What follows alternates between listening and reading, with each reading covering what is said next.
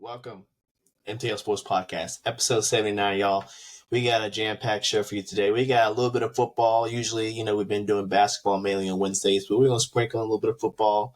And then we're going to finish up with some NBA. We're going to pick some games for the rest of the week. And we're going to finish our college basketball men's. Some of the tournaments have finished. Others have just started. I know the ACC just started A10. Some of these big Power 5 schools, we're going to finish predicting some of the winners of those conferences, get you ready for March Madness, which is coming up really fast, y'all. So we're going to get you some locks and maybe look a little bit ahead for a tournament. We don't know yet, but if we have time, we'll sprinkle that in as well. So with all that being said, please stay tuned.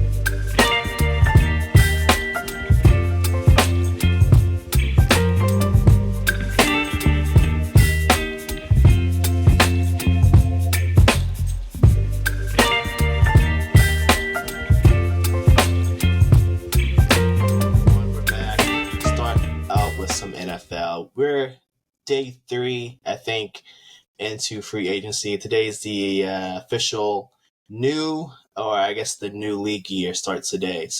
Or it started today at 4. So we had some cap casualties, unfortunately. I know Mike Williams was let go of the Chargers, some other guys as well. Some restructuring. Some more guys have gotten signed since we last spoke on Monday, so we'll probably cover some of those. So let's just get started here. I know the biggest one since we left off is Derrick Henry. He signed with the Ravens. How do we feel about this? Does this get the Ravens over the hump? They were the number 1 rushing team last year, so you add King Henry, it's definitely going to help. But I think we both said that rushing wasn't their problem in the AFC Championship game. I think it solves some issues. I don't think it solves the main issues. I think the main issue revolves around getting the balls to receivers more so than it does running backs and their running quarterback. I just think that's the main problem they're going to end up coming down to is they don't really have an it guy besides. Oh man, what was the rookie's name? They don't have Zay Flowers. They don't have an it guy besides him. I don't think anyone can say with much confidence that Odell Beckham Jr. was a real page turner there. So I think it's nice they got Derrick Henry kind of cheap. I think it's nice that Lamar is going to take a pay cut apparently, but I still don't think it really changes a whole lot in that aspect of the team. And if anything, I think they only got worse. Because their defense won't be as strong next year. Yeah, with Lamar taking up a bunch of salary cap, a team that's historically defensive oriented, they usually pay the defensive guys. They got some casualties. Stone left. He was undrafted, but he played well for them. Their starting safety. Queen left.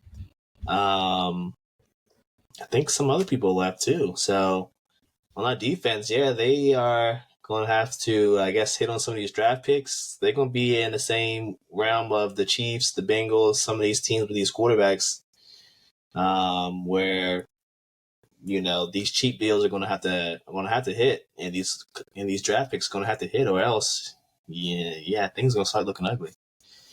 For me, though, I think it's a good addition for me, but like you said, I think the problem was Lamar distributing the ball, particularly in the playoffs. He hasn't had a track record of doing that consistently, so I don't think this really solves that issue. So it is what it is, but I like that. I like the signing. I guess we'll just move down the list because I don't even remember when some of these guys got picked up, whether it was Tuesday or sometime today. So we'll just start at the top. Bobby Wagner going to the Commanders, 1-year deal. I don't know if we said Bobby Wagner should go to the Commanders, but we said whoever would pick up Bobby Wagner would get older guy, but he's led his team in tackles for the past couple seasons, right? So I think the A grade is good. I think it's kind of hard to hate on the deal. I think the main problem with the deal is you don't know what you're really going to get out of. Yeah, this is true. I think he's up there, and I guess based on the pay, I guess he's going to start. But I like the 1 year though. You give it a try, see if he still has it. If not, you just move on. If so, maybe you bring him back another year. Doesn't hurt. Texans trade Malik Collins to the 49ers. Says he'll cost the 49ers $8.5 million this season and $10 million next year if they keep him. Just like the Eagles, how do the 49ers keep affording these guys, bro? Like, I don't understand.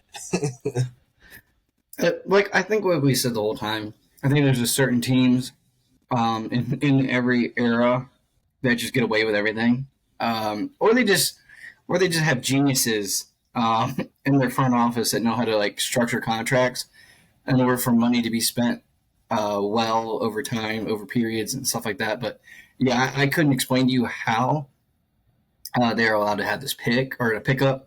I mean, honestly, if you think about it, I'm also on the boat. I think the Texans take a huge step back as well this year because, no offense, but their defense is getting picked apart left and right.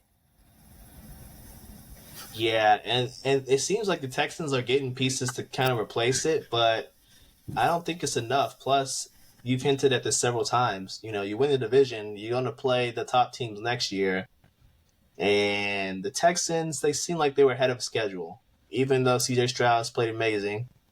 He probably will still continue to play amazing, but sophomore slump is a thing, and while we don't hope this happens to him, it could. And even still, he's going to play the top teams next year. So I see regression. I mean, I'm with you. I agree. I think I see a regression.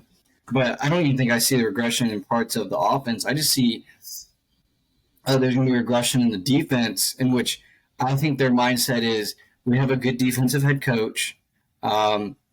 We'll solidify and make sure the offense is great. But then you're going to have running into the problem of the defense can't keep up with the offense. And like we said, and like I've said, you play the best teams every year. Those best teams typically have good offenses and good defenses. And, sometimes those teams get a stop, and sometimes your team can't get a stop. And that's what it comes down to. I mean, we saw it with the Bills for so long now. Like, they just couldn't get stops when they needed to get stops. Yeah, they might run into a similar situation there. Ravens trade their offensive tackle Morgan Moses to the Jets. Jets need all the offensive line help they can get. But this is a little interesting because Aaron Rodgers apparently might be someone's VP pick. I don't know about all that, but so who knows if he's even going to play next year? I don't know, bro. But regardless, they need all the offensive line help they can get.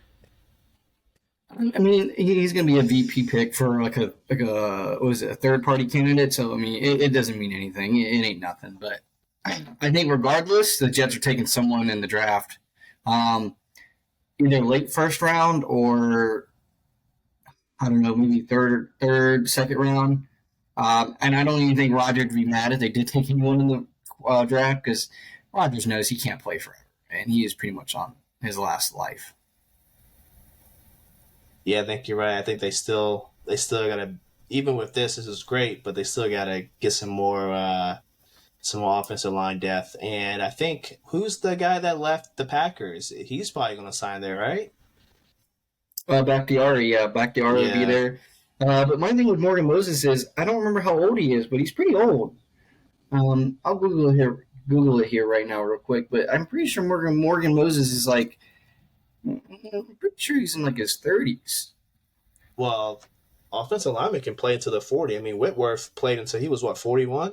Yeah, Morgan Moses is 33 years old. So, yes, but he also was in the interior, so it's less explosiveness that you need to get to cover a good pass rusher.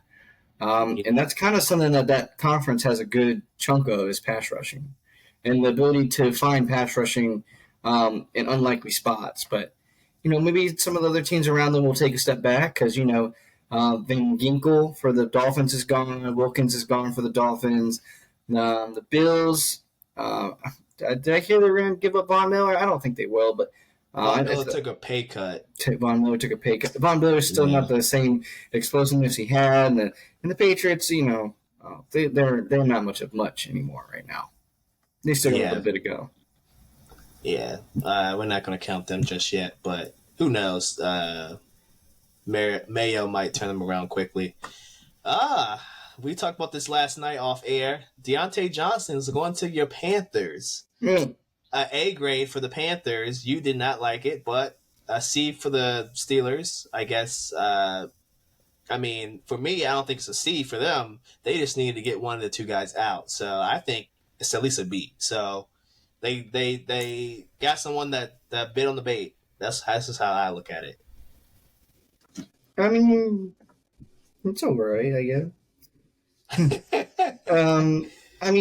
I see all these things come out, and it's like they talk about how highly of a wide receiver he is. He just didn't have any quarterback play to help him out. It was an easy no-brainer for the Steelers because, it'd be nice to have two good wide receivers, but you can just get one in the draft for Russell Wilson. But as a Panthers fan, I'm like, I don't hate it. Okay? I don't hate it. But it just makes me regret the DJ Moore trade for Bryce Young because, you could have just given up Brian Burns if you were just going to get a wide receiver like Deontay Johnson. So... Yeah, so we'll see how it goes for both teams. Steelers can always draft really well when it comes to receivers. And I think you guys just need all the help you can get on offense just to help out Bryce. Because you don't want him to have another bad year. Yeah. This helps out. Texans agree with terms on Danielle Hunter from Minnesota. He's an edge rusher, so I guess he kind of takes over for edge versus the DT that got picked up by the 49ers, right? So two different spots, but you already have Will Anderson Jr. on one side. So, hey, hopefully this works out for them. I'll give it a B+ as well. I don't hate it.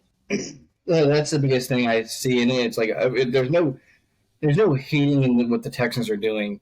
It's just that, I feel like the Texans are going to sacrifice a lot more in other aspects of their football team in the terms of a defensive. I want to say the defensive linebacking core. The linebacking core is going to be a little sus. It's not going to be great. You're going to hope that the corners and everything do not take any kind of regression. And honestly, the real answer for the Texans is going to be how they approach the draft. And, you can say that for about a lot of teams, but there are just some teams, aka like the Texans, I think they're putting a lot of their eggs in the basket of the draft. Yeah, and I think they don't have a first rounder this year because they moved up to get because they picked they picked second and third last year, right? So I don't think they have a first this year. I might be wrong, but so yeah, they definitely it looks like they're putting all the eggs in the draft. Next up, Vikings add Sam Darnold. I think this happened late Monday night after we finished recording. 1 year deal, $10 million, $8.75 million guaranteed. Looks like this is their starting quarterback, unless they somehow move up and nab one of the top three guys. I doubt that happens. Looks like they are connected with JJ McCarthy, but honestly, the way they're hyping up these quarterbacks, JJ might go even higher than I think they pick at 11. So JJ might go even higher than 11. So either way, like I said on Monday, Justin Jefferson should not be having any of this. Who the hell would want to play with Sam Darnold? Come on now. I thought he was okay at Carolina. He goes from great quarterback play to just okay. That's not good. I thought he was good at Carolina. So now we go from okay to good. Now you move. Come on, why are you moving the goalpost for this kid? I thought it was okay. Oh my goodness.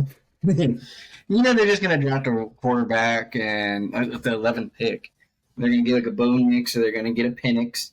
I don't know how you could be hating on a Penix. Penix doesn't seem like that bad of a pickup, and you're gonna give Penix a year to get the understanding of the NFL. And then after that year, he's going to be Justin Jefferson's guy.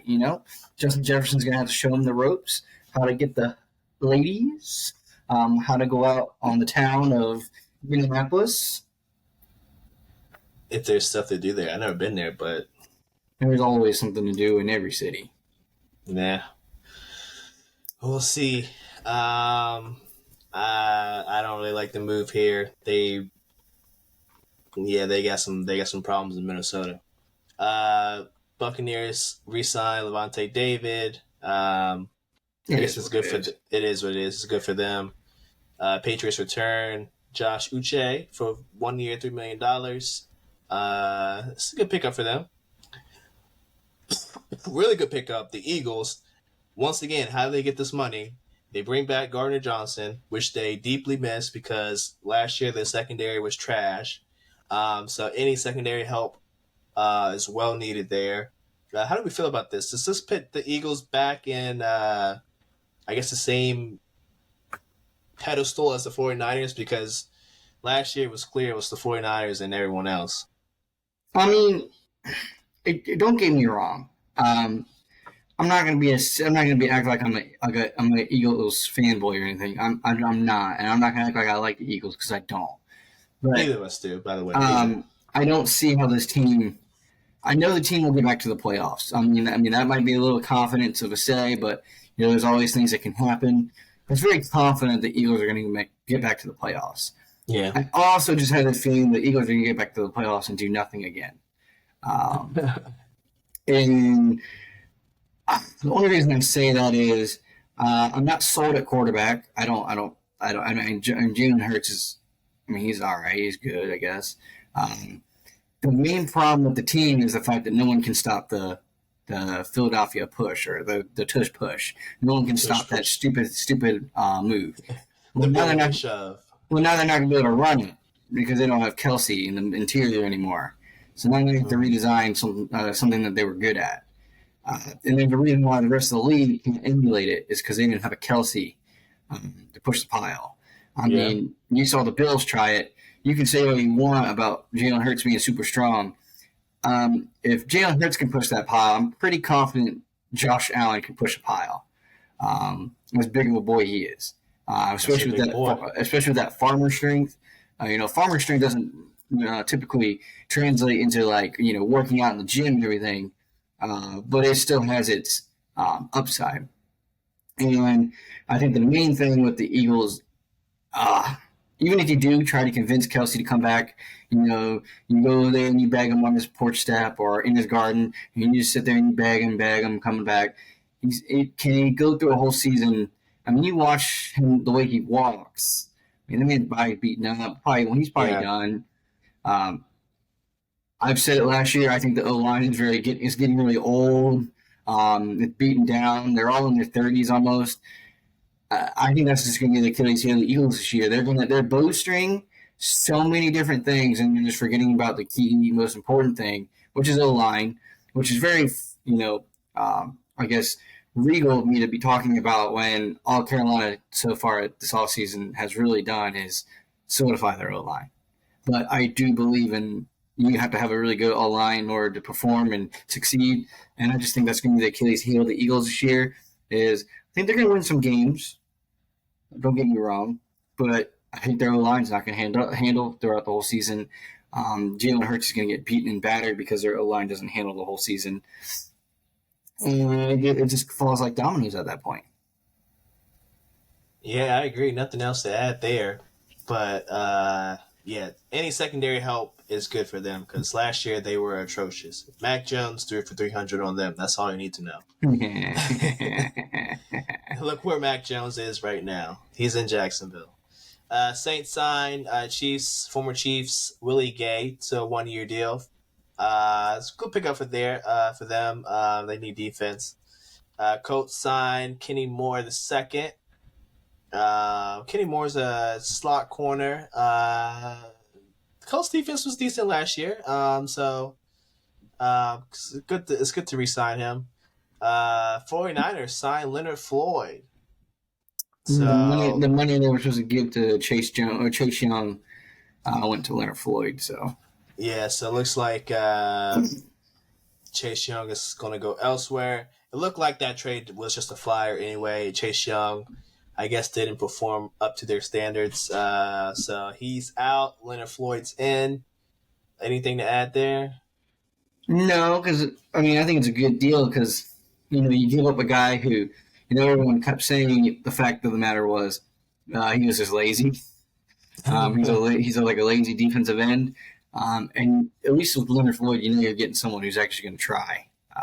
He did win a Super Bowl, so he knows what it takes to get there. And that might just be what they need. I think that maybe what they needed Nick Bosa to get paired with someone that Nick Bosa doesn't have to get double teamed or focused almost every time by a running back and tackle or running back and guard every time. Yeah. While Floyd, is he going to get focused? Probably not, but that means that's on you, Floyd. You got to beat your one-on-one. You're going to have to get your one-on-one. And then last year, Young just wasn't winning his one-on-one. This is true. Another big pickup, Steelers signed Patrick Queen. 3 years, $41 million. ESPN gave it a C+. I'm thinking because of the money, because Queen has his ups and downs. Queen, one game will have a really good game, and the next game, Queen will disappear. How do I know? Because I watch a lot of AFC No football, and this is what happens. So, how do we feel about this? It's good to steal, from a rival, but this is, I don't want to say overpay because guys deserve money, but this might be a slight overpay. No, I think it's all right. You got to think of the Steelers. Who was the best team in the division last year? It was the Ravens. So you took one of their pieces away. You also took a piece that probably knows their defense front and back. And there's not going to be much transition between the defense from last year to this year. So he's going to have good insight in the locker room of what to do on game day playing the Ravens twice a year. And whether or not Russell Wilson can do anything with that knowledge, who knows? But, in my opinion, I guess that's pretty good for knowledge for the defensive coordinator. For the offensive coordinator for the Steelers, yeah. Yeah, nothing to add there. Falcons signed Darnell Mooney, taken from the Bears. 3 years, $39 million, $26 million, fully guaranteed. My only thing about Mooney is he drops a lot of passes, but then again, Justin Fields was running for his life, so half the time the passes weren't the best. So I guess he deserves a second chance. Nah, I don't like it. I don't think Mooney's very good. I think Mooney's pretty booty. I think it's good for Drake London to help him get open a little bit more. Other than that, because you kind of have to give a little notice to Mooney because he can just run straight down the field. So safeties have to look his way a little bit. However, I just think it's more so like a pickup to ease in a rookie wide receiver. I think that's more of the move. But for me, I think this is a bad money move. I think you gave him too much money because you give him $26 million guaranteed, and if he doesn't pan out, well, you just wasted a lot of money, and then you don't have much to move forward on. And I think in a division like the NFC South, you don't really need to be wasting money or moving money too quickly to try to rebuild and revamp and retool and repower because the division's pretty weak. And I just didn't think a guy like Mooney was really just going to tilt the needle any which way for you. Yeah, I agree. He doesn't really move the needle.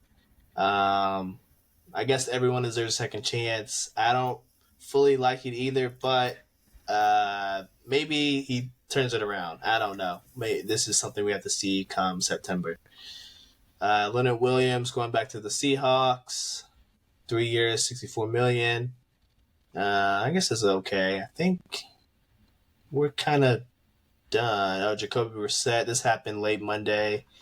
So he's probably going to be their Patriots starting quarterback. I mean, I think one that we don't see here that happened not too long ago today was Calvin Ridley to the Titans. I think it was about $40 million. I think it was $40 million. I think that was 4 years, 96, right? I think it might have been $40 million guaranteed or something. I just remember seeing a 40. Let's see here. 4 years, $92 million, $50 million guaranteed to the Titans. This is probably the big signing for today. I mean, I like it. Calvin Ridley, Julio, and DeAndre Hopkins on the other side. You got second year Will Levis. So you give him weapons, and I guess you just see if Levis is going to pan out. If you want to be honest with you, I think the Titans are going to be the quickest turnaround team this season. I just think that they get the luck of the draw. They get to play all the poopers, all the 4 seeds, so they get to play all the poopies. They're going to take advantage of a lot of the poopies because I think a lot of the poopies are going to stay in the poopies. So many poopies right there, but I DeAndre Hopkins isn't beating anyone over the top. Calvin Ridley can beat people over the top. Treylon Burks is right there. That name is right there. He can beat people over the top. He's super fast. So now DeAndre Hopkins is going to be a yak merchant. He is going to be a slot wide receiver when there's a 3 wide receiver set. He is going to be in the slot. He is going to run those intermediate short routes. He's going to get quick yards because he's got the sure hands. And you're going to send those other 2 on just straight gas routes. You're going to go all out, all as fast as you can down the field because Will Levis can yeet that ball. So as long as the O-line stays healthy and holds up for him, this Titans team is going to be deadly. Do I think they're going to win the division next year? No. I don't think they're going to win the division. I think they're going to upset some people, and I think they're going to catch some people off guard. And I also believe they're going to take advantage of the weak schedule. Yeah, expect this offense to look a lot like Cincinnati's offense. Callahan, former OC of the Bengals, he likes his 2, good wide receivers. He has those here. He has a good running back in Tony Pollard. He has Spears. He has Treylon Burks, like you said, which he will play the role of Tyler Boyd. So expect a lot of the same concepts. They're definitely going to put up points. It's just up for Levis to make the plays, make the throws. And like you say, he's a gunslinger, so he's going to take some risks. So there'll definitely be some long bombs and hopefully some touchdowns coming out of that. So good pickup there. I think that's the last signing. We'll cover any more signings next week if there are any between Thursday and next Monday. So I think we'll leave off right here. Coming up next, we got to finish up with some NBA, make some picks of the week. Plus, you guys are waiting for it, the men's. I think we're going to go over the Power 5 conference tourneys. We're going to see who Lawrence is picking for those winners. We're counting down the weeks till the playoffs. I think we got about 4-ish weeks. So no real news coming out the NBA this week. Just games for the most part. As we get closer, we'll probably start talking about awards and stuff like that. MVP, Defensive Player of the Year, stuff like that. So we'll just do some quick picks. Talk about a couple of games I'm looking forward to over the next couple of days. Let's start with tomorrow. Thursday, we have Phoenix at Boston. Who are we picking in this one? I'm going to go Boston because Phoenix just can't play defense. I'm pretty sure Devin Booker is still out. He's not on the injury report. He might be playing. Who do you got? I'm gonna take the Celtics as well. I'll probably take them to cover the spread as well as. But I can't wait to see the prop bet for this one, the Super Boost. I got a gut feeling the Super Bowl is going to have something to do with Tatum and Durant, and you're going to expect one of them to fail you.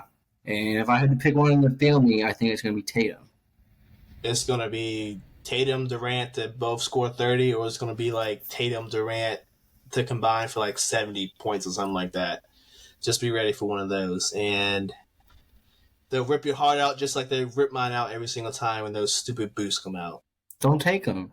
Just don't take them. What else I got? Dallas and Oklahoma City. This is the second game on TNT. This is another good one. Ja versus Luka. In my eyes, probably the 1A to the 1B of the MVP race. Both guys have been playing lights out. Luka's had 7 straight trip dubs. So he's going for number 8. And SGA just passed Kevin Durant for the most 30-point games in a season last night. So this is going to be one hell of a game. I think we're in OKC. I'm going to go... I might take Dallas to cover the spread in this one, but I would go Thunder, but Dallas to cover the spread. I think I got Dallas outright. I think this is part of Luka's murder campaign at this point. SGA did save my ass last night in a parlay. I had him get over 29.5 points. I was sweating it really hard because he had 28 with 52 seconds left, and I was like, it's over. They're just going to take him out. They did not. They made sure he got his 30 with 20 seconds left. Yep. I don't know if he was doing some sus things or not, scoring he was not supposed to. He was. I don't care. I didn't watch it, but the Mavericks 1-1, the Thunder 1-1. I just watched the Thunder lose to what was it? The Pacers. A team that can't play much defense. And I think the real problem and weakness with the Dallas Mavericks is kind of like a big man, dominating big, someone to, control aspects of the game for you, which is something I don't think they're going to have to worry about or fear playing the Thunder. It's not like the Thunder have an outrageously amazing big man or anything.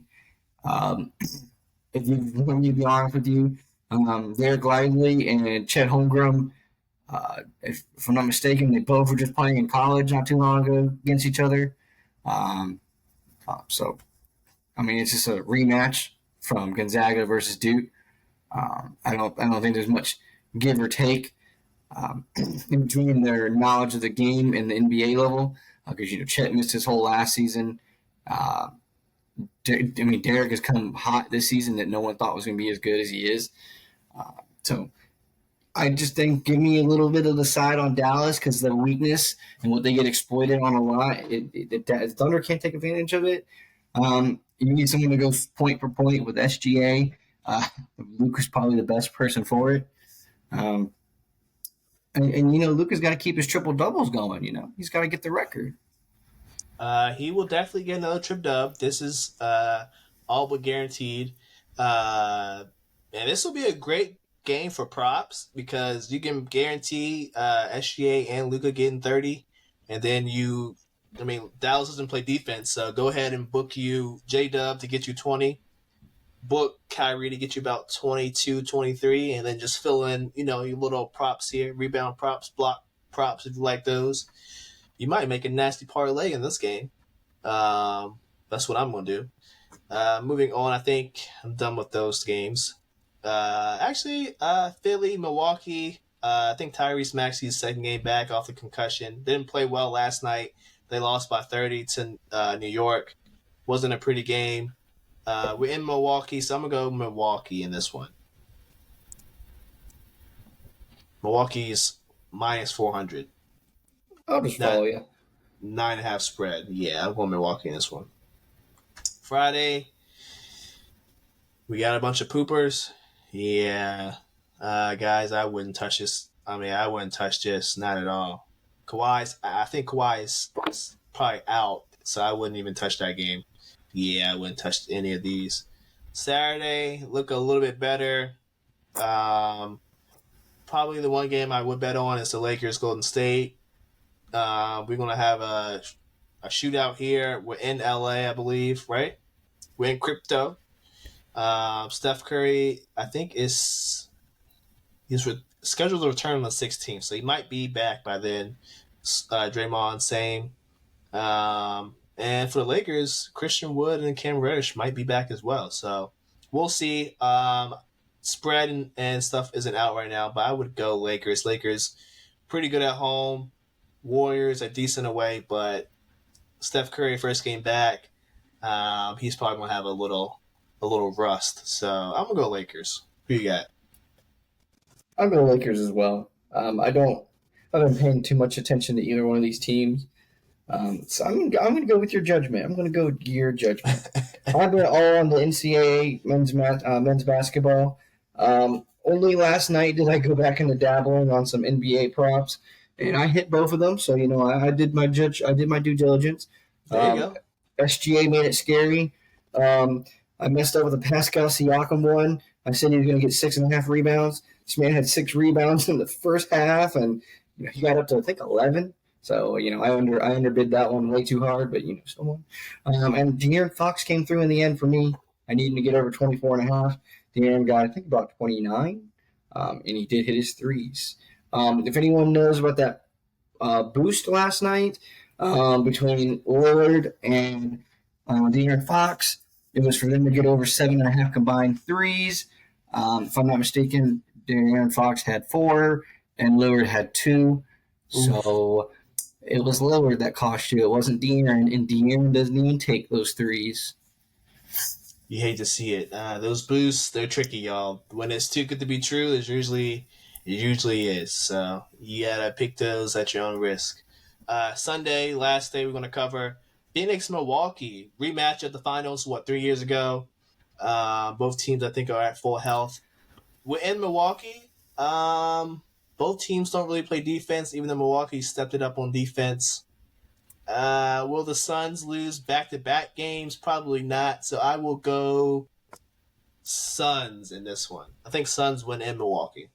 I agree. I think so too. I thought you were going to take the Bucks. I think I kind of have a lot of people for the Bucks possibly sitting in this one. I think this is one of those games that I think they're going to take one of those BS days off, or do some scheduling in which certain players don't play too much time. Because I think Milwaukee doesn't want to show their hand too much at this current moment. I think that's probably what they're game planning in their head. We don't want to show everyone everything. Yeah, I don't. And I mean, the Bucks, like I said, they've gotten better on defense, but it's still not up to par. It's still not what they should be. So the Suns can definitely just outshoot them in their own building. What else is on Sunday? We got Denver, Dallas, the second game on ABC. We're in Dallas. Give me Dallas. Give me Dallas. All right. Jokic and Luka, they're pretty good friends, but we're gonna have a triple double off. Who's gonna have the highest scoring trip dub this game? Honestly, it might be Jokic. I think Jokic probably might outscore Luka this one because Dallas doesn't play defense and they don't have a defensive big. But I'm gonna go Dallas to win. I'm gonna take Denver just because they can get exposed. Dallas can get exposed by Denver really easy. So I'm going to go Denver. I feel that. I think that's all the games I wanted to cover. The rest of these, I wouldn't really touch them, guys. So with that being said, let's move on to some men's basketball. We got the tourney starting up. A10 started yesterday. Mason played today. Unfortunately, our Mason guys, they did not a slow start cost them the game. I believe they lost to St. Joseph's. I don't even remember the score, but 64-57. Yeah, at one point they were down by like 20. Made a good comeback, and they were down by I think 5 at some point. It was 60-57 as close as they ever got, besides the very beginning of the game. Ooh, so even closer than I thought. So yeah, they definitely had a chance. They probably just expended too much energy, and the slow start cost them. But we already went over some of these conferences. Let's see where we left off. I think we have to do the We're thinking we start at the Big 10, Big 12. Big 12 is where we start. All right, what you got for us? What should the public know about this Big 12 tournament? All right. So the biggest thing to know about the Big 12 tournament is pretty much the teams that are going to make the tournament are already in the tournament. There are going to be certain teams that need to make a run in this thing in order to change their narrative of their season. Is the best way to put it. If you want me to be honest with you, I think the teams that make a run here, and it's going to come from both sides of the bracket. Houston does not care about this. I think Houston takes care of TCU, which TCU got the much-needed win they got over Oklahoma. I think that'll be important to them. I don't think it matters who wins TCU versus Houston. If you want to be honest with you, I think it'll be TCU just because Houston has so little to play for. Because they're pretty much almost automatically locked in as a 1 seed. So if you want me to be honest, I might take TCU in that game, but I still think BYU comes out of this side because I think BYU is trying to make a push up the ladder in order to get some headway into the tournament. Yeah, they're locked in, but they want to make some big movements. But if I'm going to take a winner out of this conference, I'm just going to go with Iowa State.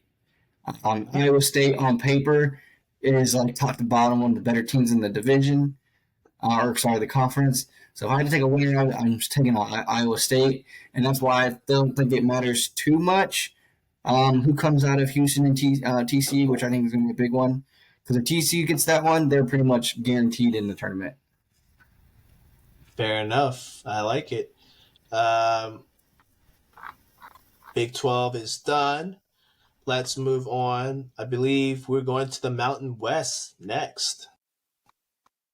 The Mountain West, I think, is a little bit more tricky because this conference is a gauntlet. Dude, everyone just beats everyone for some reason.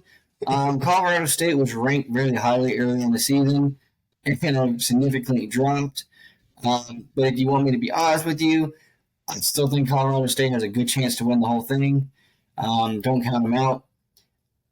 There are certain teams in this conference that kind of need to win, like UNLV. Their hopes for going far in the tournament, I mean, that all sits on this tournament and whether they can make some noise or not. Boise State, they're almost locked in, and I think they're locked in. I don't think they have much to worry about, so don't see them making a lot of noise. Utah State doesn't need to make that much noise. San Diego State, I think, is locked in. So if you had to give me an honest opinion, I did take Colorado State or UNLV. I know you can get good value for both of those. So if you're going to go for a long shot, take one of those. If you're being a little bit more safe-ish, take Nevada. Nevada, okay. Don't follow much the Mountain West myself, so I'm going to go with what you said there. Big East is up next. They're playing in MSG. Who you got coming out the Big East? The Big East. Now, there was a good game earlier against Butler and Xavier. Unfortunately, Xavier won. I was on the side of Butler. I kind of wanted to see Butler win so they can make kind of a run for the tournament. Pretty much that first-round loss. You don't have to worry about Butler. They're not getting in. Providence is currently destroying Georgetown, so you don't really need to worry about Providence because they're going to get in with that result. I guess the only thing that we're speculating and looking into on this tournament are certain teams that are in the bubble. So teams like St. John's, Seton Hall, those are really it. Providence is still on the bubble, but if you want my opinion, the winner outright of this tournament is going to be Creighton. On a neutral floor, I think Creighton has the best team overall. I also believe that UConn is. I would tell you guys to take UConn. I just don't know how much value you're going to get out of taking UConn, and how much, care UConn is going to give this tournament. It's almost a guarantee they're number one. Like they're number one, either overall or they're number one overall. Regardless of where they stand, they're pretty much just done and locked in for number one. Okay, nice. Good stuff there. Big East. playing in MSG this week. On to the next one, guys. I believe we are Metro Atlantic Athletic Conference. Couldn't tell you who's in this conference. You don't know. No. Well, there's not much talk that needs to be done on this conference. I'll tell you straight up who's going to win this conference. Take Quinnipiac. Noted. I will do just that. Up next, who do we got? We got the Mid-American Conference. Playing in Cleveland. Okay. Now, if you ask me if I can name any of the teams in this conference, I would tell you I couldn't. And because I can't, I'm going to go with the most notable name team I know on this conference, and that's just Ohio. I don't know much about anyone in this conference. I know it's the MAC. I know Buffalo's bad this year in the MAC. But I'm going to go Ohio just because Ohio in the past has been one of those teams to make the tournament and then make a little sound in the tournament. Not noise. They don't make any noise. They just make a little teensy sound. You know, like when the spoon falls off the kitchen counter. Fair enough. Like I said, I couldn't tell you anything about this conference myself, so. It's not a very good one.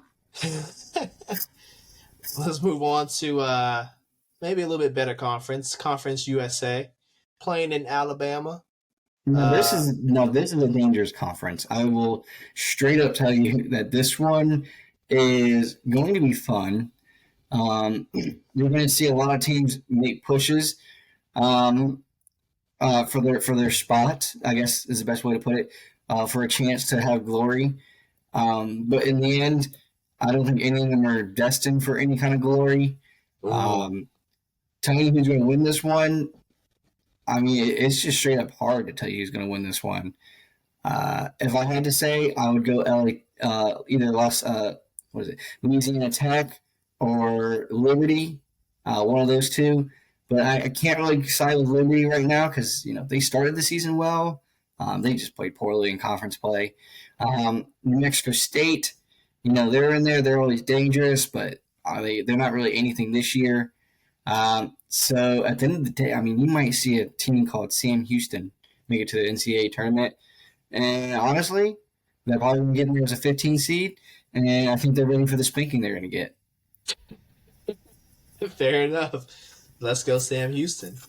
Up next, I think we got another Power 5 up next. We got the ACC playing in Capital One. I might check out a game myself.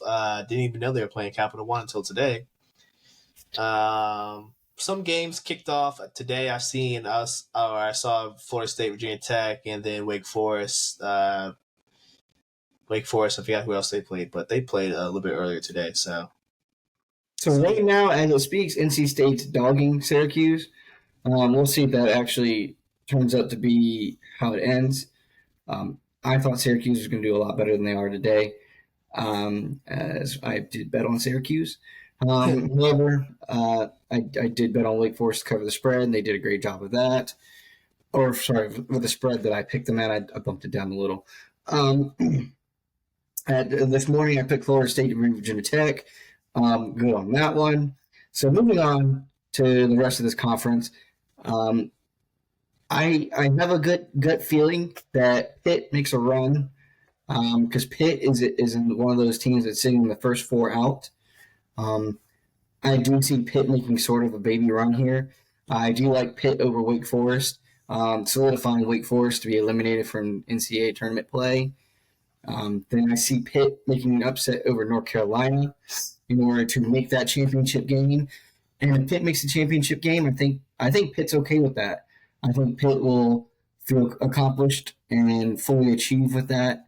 On the bottom side of the spectrum, I think Duke will make it to the final, and I think an ACC championship out of this conference will be Duke. And the reason I think that is, I just think Duke has a lot more to play here than a lot of other teams. It's hard for me to believe that Virginia will make any kind of noise or kind of a run in this conference of play.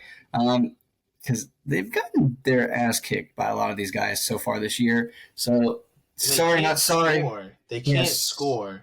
It's just sorry, not sorry. I don't have much confidence in them. Yeah, this is one of the worst offenses I've seen out of UVA. I'm not even a UVA fan, but I just watch them a lot, and they just cannot put up buckets, man. That's why they're getting their ass kicked so many times. So who do you got winning? Did you say? I think I'm going with Duke. I just think Duke has a lot to play for in terms of seeding for the NCAA tournament. But I do like Pitt and I do like Pitt and Duke in the final. Nice, very nice, right there. Let's move on from the ACC. Who do we have next? We have the Big West. The Big West. Don't even know who's in the Big West. Looks like there's a couple teams. Can I zoom out? Doesn't look like it. I'm sorry. I don't think there's much zooming out you need to do. I think it's very easy to come by. It's going to be a UC Davis, UC Irvine, maybe, just maybe, Long Beach State getting into the final. But I'm pretty confident in UC Irvine just taking it all the way again, like they do pretty much every year. If Long Beach State doesn't do it, UC Irvine does it. UC Davis always had that problem with not being able to beat UC Irvine. So, fair enough. Pac-12. What's left of the Pac-12? They got one more year of this thing. Let's look at the bracket here. Who do you got coming out the Pac-12? Now, a lot of people have been saying their sleeper team to win is USC. I don't see that at all. They did beat Washington today. I guess that's a round of applause for them. I don't think they get past Arizona. I just don't see it happening. I think a good team to make some money on and hope for the best to win this whole thing is either an Oregon or a Colorado. Either way, you can see either one of those winning the whole thing. I think the biggest question mark is everyone still thinks Utah has like a little bit of legitimacy to make the tournament. They can't run on the road. And all this is going to be is winning on the road. So if you want an upset which you won't be able to take because it's today, which would be Arizona State to beat Utah. But I think Colorado, in my opinion, played hot towards the end of the season. Washington State looked beatable. And I just got Colorado winning it. Nice, Colorado. I didn't even know they were good at basketball until this year. I saw they were ranked at one point. I don't know if they still are, but good for them. Let's move on from the Pac-12. We still got some more conferences to knock out. Let's go to the Western Athletic Conference, playing in Nevada. Who you got coming out here? The WAC.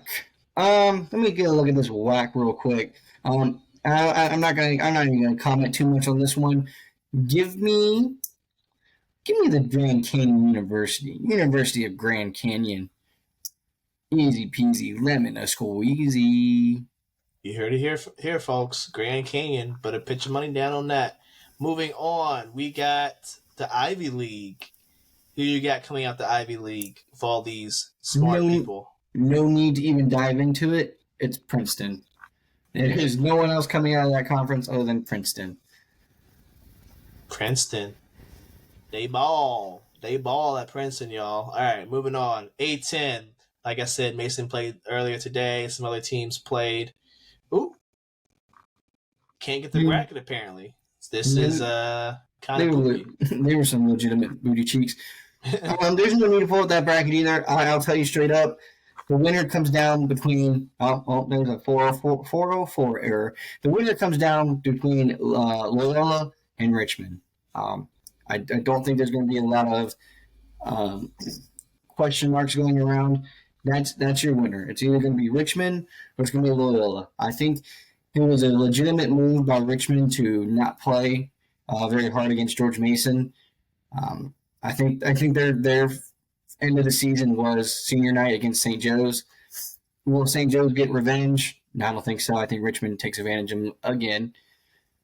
VCU in Massachusetts. I think Massachusetts takes care of VCU and kicks them out for good. And then I think Richmond will take care of Massachusetts. And then you go to Loyola, and Dayton will probably be playing and the winner of that will be playing Richmond in the final. So it's Loyola, Richmond, or Dayton. It's your top three. There isn't much question marks about it. Fair enough, right there. A10, our conference. Moving on though, Southeastern Conference (SEC). Who do we got coming out the SEC? Which is they're loaded in basketball too, not just football. They're loaded in basketball as well, folks. Who do we got coming out the SEC? I think the team that has to come out of the SEC is Kentucky. I think the team that will come out of the SEC is Kentucky. I think Kentucky has showed over the last part of the season that the beginning part of the season was, I'm not going to call it a fluke. They were just young and stupid. And I think over the course of the season, they've proven that they're less young and stupid as the season's gone on, which I think is a big upside for them, because legitimately the only reason they looked poorish in the beginning of the season was the fact that they just looked young and dumb so many times. Fair enough. For me, I would probably go Kentucky. Maybe Alabama makes a sneaky run, but I'm going to have to agree with you. The only problem with the Alabama pick, they can't play on the road, and conference tournaments are all about winning on the road because you're in a neutral court.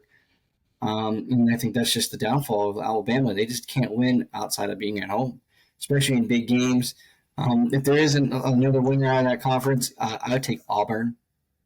And you might be able to get some value out of Auburn. American Athletic Conference playing in Fort Worth. Just open up this bracket, second to last tournament we have to go over. Who do you got coming out the AAC? Now, the AAC, the easiest one to pick would be, I think it's South Florida. South Florida's been on a crazy run. I think they've been undefeated for almost 15, 16 straight games. They are hot. Do I think they keep it in this tournament? I do not. There are going to be certain teams that need to win, aka Memphis. Do I think Memphis will win? The only problem with Memphis is their second round matchup, or to them, it is their second round matchup to them, will be UAB. UAB can rebound the ball on the offensive side, and Memphis is very reckless and crazy with the ball. They're not known for being a great rebounding team. Do I think UAB can win the whole thing? No, I just don't. And UAB struggles offensively a little too hard. I mean, it's hard to even call a sleeper out of this. If I did, a shocker to this core would give me SMU. I think they're the 6th seed. Yep. You could probably make a lot of money on SMU, to be fair, but I'd probably just take Florida Atlantic. Okay, fair enough. And our last conference, y'all. Last conference of all of our predictions. We get the Big Ten playing at the Target Center, Minneapolis, Minnesota. Who do we got coming at the Big Ten? Yeah, I was very low on them. I didn't think they were that good for much part of the season. I've kind of turned over a new leaf on them. Do I still think they make a magical run? I think the cards are set up for them to make a magical run. So the team I'm talking about is Ohio State as a number 10 seed. Yeah, I'm saying Ohio State is a number 10 seed. Ever since they fired their head coach, I want to say about 6 or 7 games ago, they've been hot. The last game of the season at Rutgers on senior night, they absolutely blew them out. They made strides and strides. They have pieces in order to win games. Their second round matchup against Illinois, I think, favors them just slightly. I'm not going to say they're outright just way better. They just are favored. They could just be favored at just a little bit more slight. So if I had to take an opportunity to take an underdog, to win the whole thing, to make some moolah, I would take Ohio State. Keep it in the buck with you. Now, if you want, a safer, with my money kind of pick, take Illinois, because if Ohio State loses to Illinois is probably winning the whole thing. But if Ohio State gets around Illinois, you're probably going to wish you had made that pick.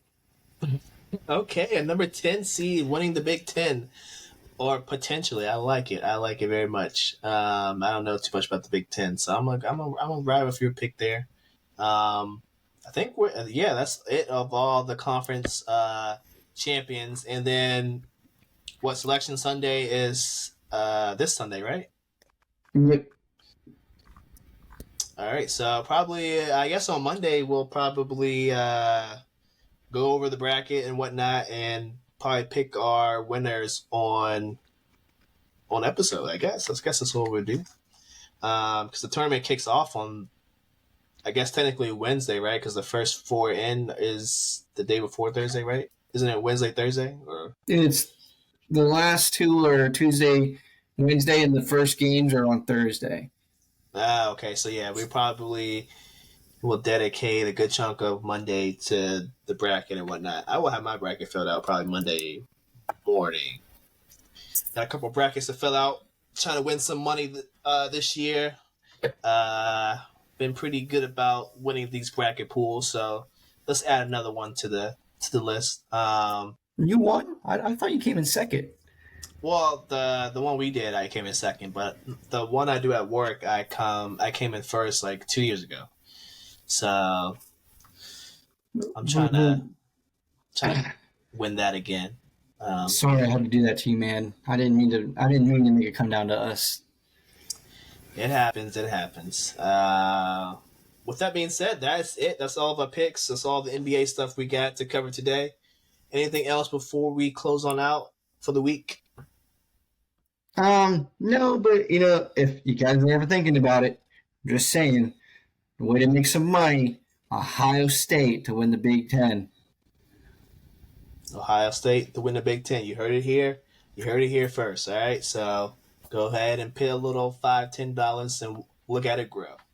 But nothing else for me. So we were going to call it a day, call it a night, whatever you want to say. But MTL Sports Podcast, episode 79. We will see you guys next week. Thank you guys for watching, and we're going to head out. Peace. Peace.